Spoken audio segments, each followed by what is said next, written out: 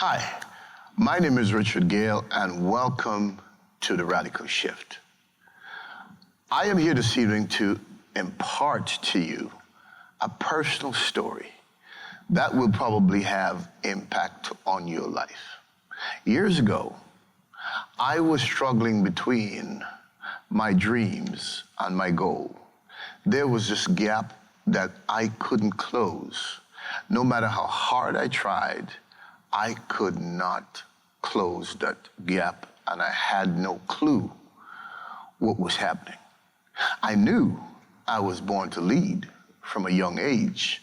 Sports, anything that I was doing, I felt the need and the responsibility to go ahead and make sure my side was always doing good or winning.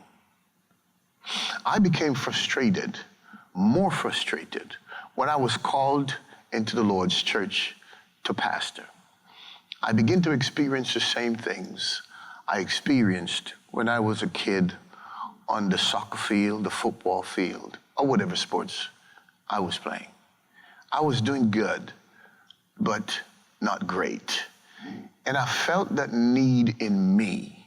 I felt something in me telling me I can do more and I want more. The frustration became so strong that I began to blame people and things. It was never about me. It was about things, a system, or someone else. I only realize where the real problem lies when I subject myself to coaching and to be trained as a leader. When I was coached and when I was trained as a leader, I had mixed feelings. I was happy on one hand and very sad on the other. Sad because all these years I spent in frustration, trying to move beyond where I was, trying to do greater, trying to understand what was in me that motivating me to do more and to do better. When I understood how close I was very sad because I felt like I've wasted many years, many years, and I could have gone further ahead. I don't know if my story is similar to yours, but if it is, this is why we're here, and this is why I want to spend some time with you to move you from where you are to where you want to be. I found out in the process that I was my own prison and I was my own prison guard. And worst of all, I had the keys to my own cell. When I realized how difficult I made it for me, I began to make a mental transition through coaching and through leadership training. I felt like there are probably a lot of me out there listening to my story, and this is just a fraction of my story, but there may be a lot of me out there. If you are there listening to my story, and my story is common to your story, then it's time for us to get together and rewrite our stories of failure into novels of success. It's time to move. It's time to change your destination.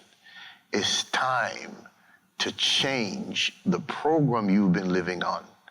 It is time to move ahead. Here it is. It is not too late for a change. It's not too late for me. It wasn't too late for me. I'm here and I'm enjoying the liberty, the internal liberty that I have, this freedom on the inside to become, to do and to become what God has ordained me to be. I want to help you rewrite your story. I want you to get to where you want to be. And if you're feeling frustrated like I was, then you are in what I would describe as a good, bad place. Because it is that frustration that is going to drive you to seek for the path, drive you to look for a new roadmap to change your life, the life of your family, and to get to your destiny. Here is why I believe 100% that this is going to happen. See, when God created man, he created man in his own image. Man was and still is the apex of God's creation. He's the highest thing that God ever created. He's on top of the food chain. There is nothing, no birds, no animals, that is created like man. And when God created man, he put him in a garden and he gave him some assignments. He gave him things to do that he never did before. I'll tell you about it when we come back from the break. Don't you know that Satan knew you was coming? He knew that God had a destiny for you. And he tried everything so far to abort your destiny. You are a vessel. And you are the instruments of God. Activate the Power Now and Think Like God are two great books that you need to have in your library. God has inspired me to write these two books. Activate the Power Now gives us various ways to access the power of God. And if there's a time that we need the power of God or need to access the power of God, is now. Think Like God teaches us how to think, not only as a man, but to think like God. But when we begin to think like God, we can access God on another level. Make sure you have these books. They will change your life and lead you into new understanding and new divine discovery. Send me an email or call the number on the screen, and I will make sure you have these books.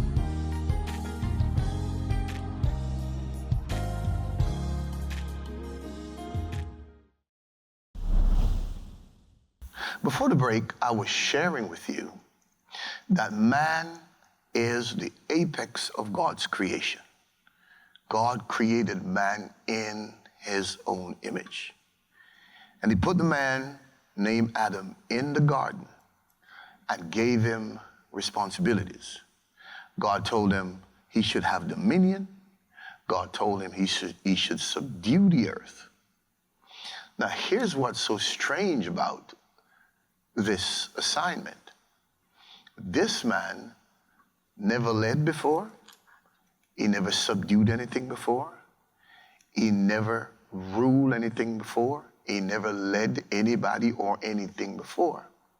The question then is, why would the God of wisdom, the wise God, told a man who had no experience of leadership, he was not trained, he hadn't gone to a school of leadership or coaching, but he was told by God to subdue the earth and have dominion over it.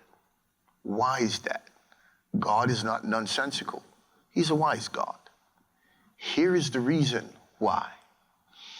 God, when he created the man, placed in him something called potential. This man was created with the ability to. Now, he didn't know that he had these things in him. Had no clue, because when God created him, God didn't give him a manual to function as a human being. But in this man was the potential given to him by God. So even though he had no training, no formal training, he had never done it before, but the reason God told him to do it, because God knew what he placed in him, and God knew the man was capable of doing it. Now, what is important in this is, even though the man had no clue that he could do it, he found out that he was able to do it when he started doing it. You have the potential, every one of us, every human being, regardless of their condition, their position, the events and circumstances of their life, regardless of where they are in the financial ladder, they have and we have the potential to be and to become. It wasn't only Adam that God gave it to. All of us, you and I. It doesn't matter where we are and what we're going through. What we're going through cannot erase the fact of what God has placed in us. The potential to be and to become. Adam only found out that he was capable of doing these things when he obeyed God and started doing it. Remember the Wright brothers. They hadn't gone to the school of aviation. How did they know they could make a plane? It was always in them to do it. What did they do? They went inside. They tapped into that potential that God gave them, and they created, or they make this plane. And it was indeed in that time a success. And wherever aviation is today, you can't forget the Wright brothers. They are the ones that started it without any formal training. You and I, my friends, we have great ability and potential in us. And then let me say this to you. Do not allow yourself to be judged by anyone or your circumstances. You may not have gone to college, you may not have any formal training, but it does not mean you can't. You can. It's in you to become and to be, and you have to believe that. God didn't just give it to John or give it to the successful people and didn't give it to the others. He gave it to all of us. So what is the difference? Why are some people successful than some?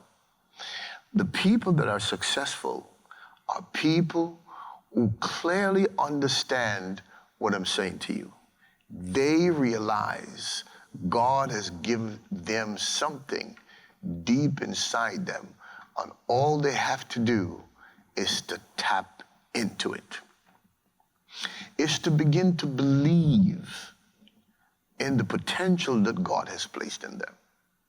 I know we are taught that we shouldn't have believe in ourselves, but that's wrong. We should not have believe in ourselves so much that we believe that we are independent of God. But we should believe in the God-given potential that he has given to us. There is no way we can close the gap between our dreams and our goals unless we believe in the potential that God has given to us. Every successful person is a believer that they can, and they can, and they can. You can, you will, and you shall.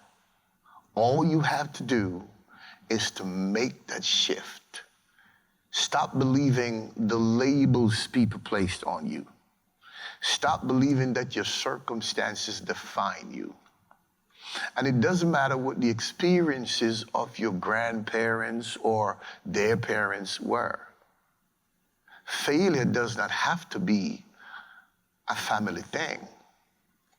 It doesn't have to be a part of the family. Well, grandfather failed. My father didn't make it much, so and my great-grandfather didn't go to college. Well, it's not genetic. It's decision. It's a choice that you have to make. You have to determine if you are going to allow the externals to determine how you live, where you live, how you go, how successful you are, or you are going to choose to believe that you have the potential to become and to be. My friends, the only person in this whole world can stop you from becoming what God ordained you to be and what God placed you here to do is you.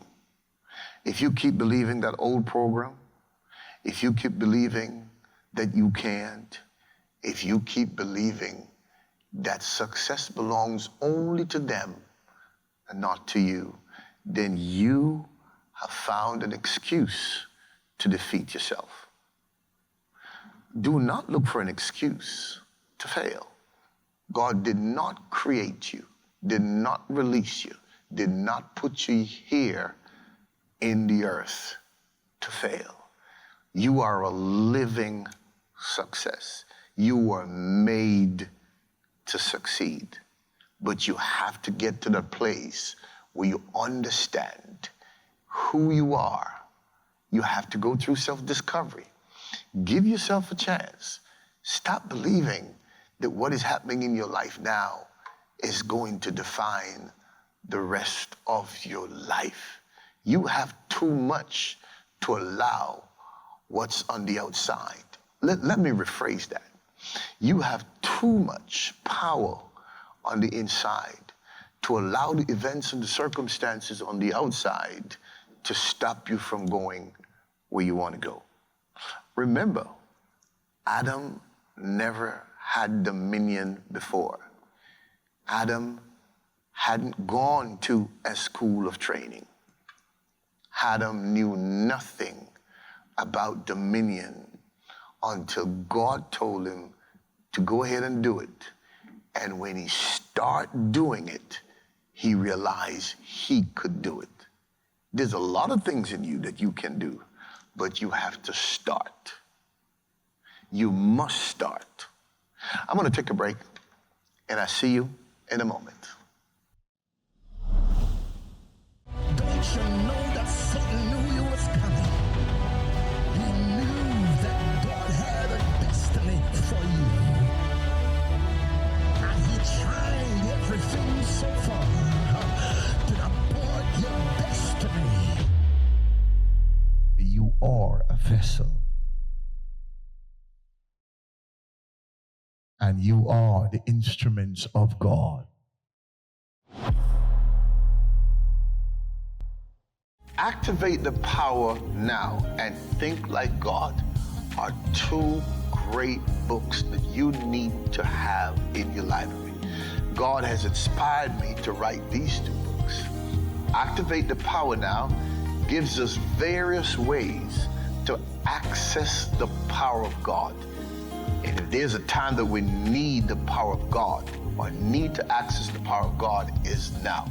Think Like God teaches us how to think, not only as a man, but to think like God.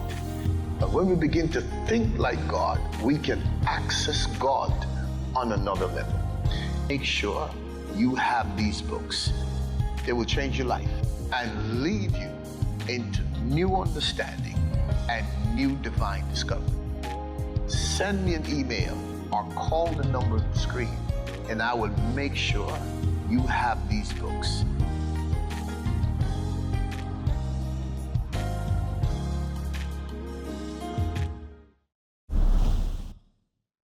Welcome back to Radical Shift. It is so important that you start. Whatever you envision in your mind, whatever is impressing you on the inside, start. But I don't have any money to start, you may say. I don't know how to start, you may say. I need X amount of money to start. No, you don't. All you need to do is to make sure you have a vision of what you want. One, when you have that vision of what you want, get a pen or a pencil and a piece of paper. You know, a book may cost $1 and a pen may cost you $2. So you just need $3 to start. Because you can't start without a plan. Put your vision down on a paper. Write the vision. The Word of God said, write the vision. And when you write the vision, read the vision, visualize the vision. That's where you start. And when you put the plan together, one of the most important things in bringing the vision to fruition is not just a plan, but is, what do I do first? First things first. When we look at God in his creation, in the beginning, the Bible said God created the heavens and the earth. And notice, there were some things he did first. On the first day, he created first day things. That is important. That's a principle that we must really take into our vision. What do I do first? When God created first day things first, he was able to move on to second day things and third day things.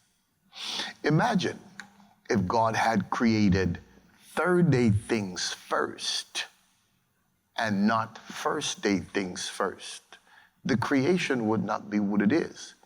It is important that when you put the plan together, you ask yourself, what do I do first?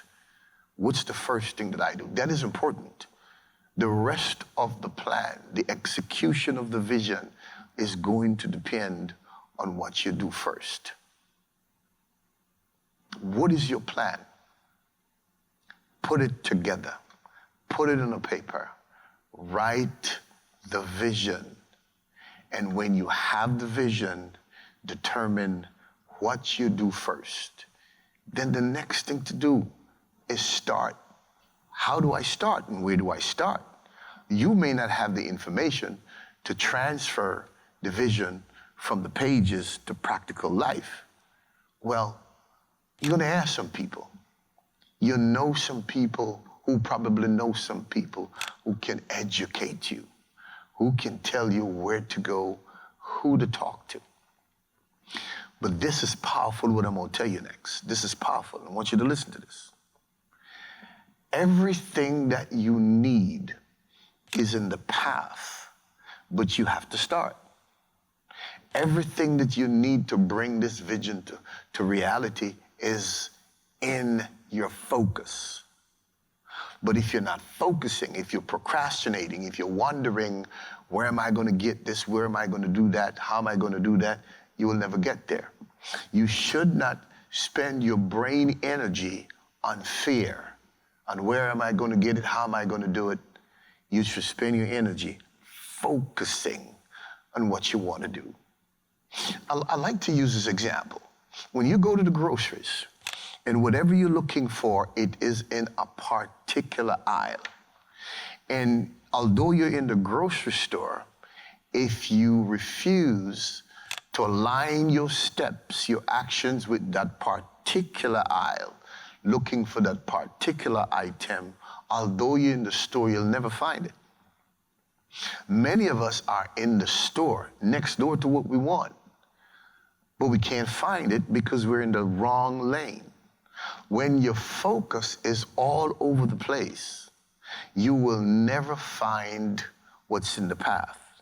But if you focus, if you get yourself in the right aisle and begin to think in the mornings, when you get up, you think about it in the daytime, you think about it, the answers will come. Here's another example. You decide to buy a brand new Toyota. Now, every second car you see on the street is a Toyota. Where were all those Toyotas before? They were always there. They pass you up and down the street every day. Why did you not see them? Because they were not in your focus. When you focus, the day you decide you're going to buy that model car, you begin to see those cars often, more than often in a day, because you will always see what you're looking for. Whatever you're looking for in life, you will see it. They will always come in sight because it's right there. What you're looking for is right there. But if your focus is all over the place, remember, you always will see what you're looking for. You're going to see that, you're going to see this, and before you know it, you're going to be confused. When you start, what is inside you will begin to flow on the outside.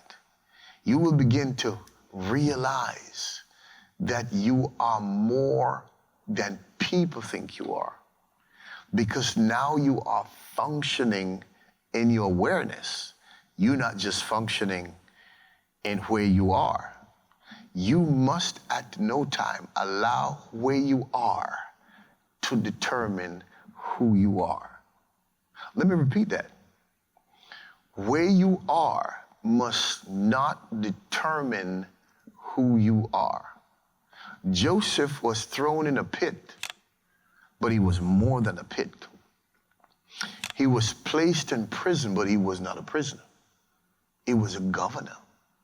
Where you are must not, will not, cannot determine who you are.